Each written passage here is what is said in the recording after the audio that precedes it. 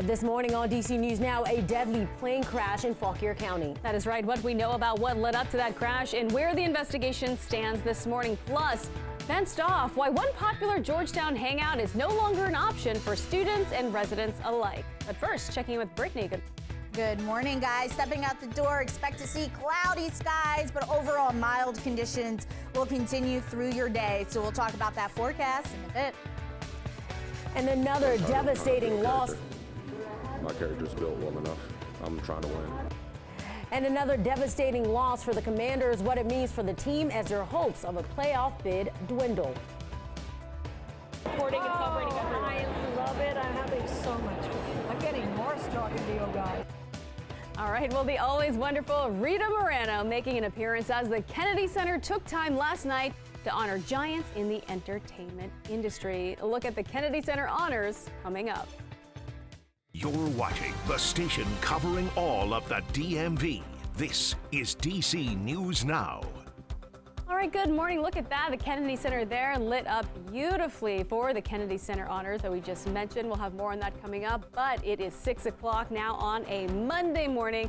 Thank you for starting your day with us here on DC News Now. I'm Tanaya Wright. Good morning. I'm Tosin Fakile in for Corey James. Shanika is tracking your commute on this Monday, but first let's start with Brittany. And Brittany, it is a milder start to the morning. Yes, and we are going to be holding on to the clouds as we head through much of your day today, but at least we will be dry. Satellite and radar is showing you those clouds have already started to build their way into the DMV. We'll continue to see an increase in your cloud cover as we head through much of your day today. But further off to the west, we are keeping our eye out on this Clipper system. This will inch closer to the DMV as we head into your Tuesday and Wednesday, and that could be providing a few showers across portions of the area.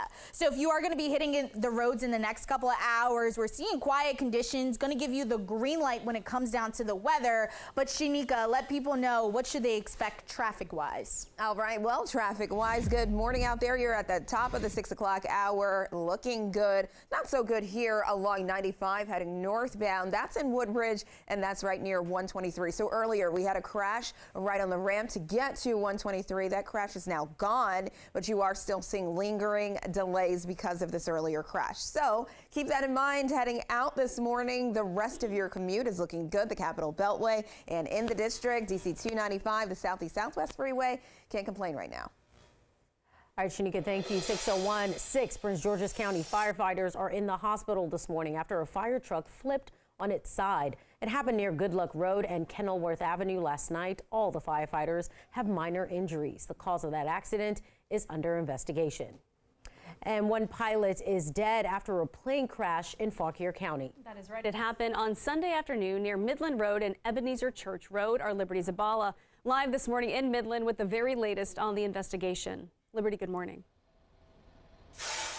Good morning to Naya and Tosin. Well, we are outside the Warrenton Fauquier Airport here, which is less than a mile from the site of the crash. Now, this is where authorities say that a single engine Beech C-23 plane was attempting to land, and then it hit several trees. Virginia State Police combed through a field near Midland Road and Ebenezer Church Road. The crash happened just before 4 p.m. on Sunday. This is where they say a pilot died after crashing that plane into the field, and then the plane caught fire. Now, they say the pilot was the only person on board and no one on the ground was injured in this crash. The Federal Aviation Administration and the National Transportation Safety Board have now been notified to investigate the crash. And we are working to get more information from authorities as well as investigators at the scene here. Meanwhile, the airport doesn't open here until 8 this morning. For now, live here in Midland, Liberty Zabala, DC News Now. All right, thank you for that update, Liberty. And 10 people are recovering after a crash in Howard County. It happened at the intersection of Route 29 and Route 108 in Columbia yesterday.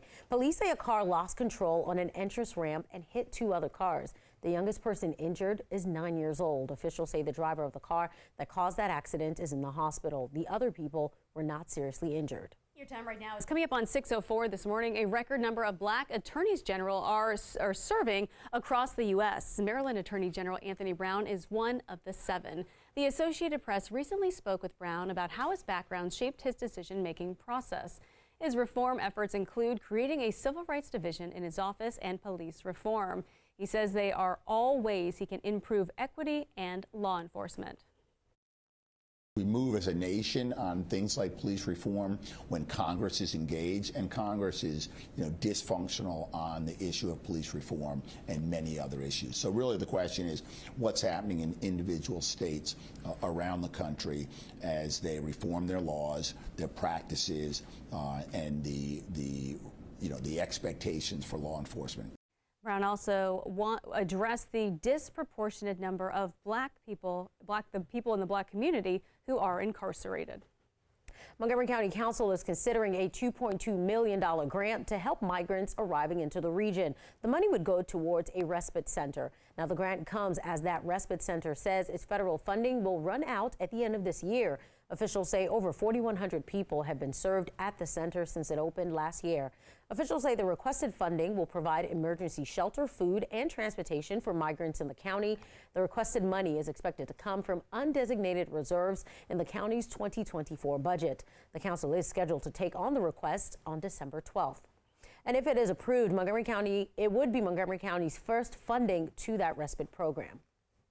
All right, 6:05, and we are learning more details about the investigation into a Montgomery County principal who was promoted despite complaints against him. That is right. The Office of the Inspector General released their findings last week, and the school board and superintendent released statements on Friday. Our Lex Warris is live in Rockville this morning outside of the Office of the Inspector General. So, Lex, the investigation reveals some pretty troubling details about these complaints. Yeah, that's right. And the OIG was actually able to validate dozens of these complaints of sexual harassment and bullying by Dr. Beidelman.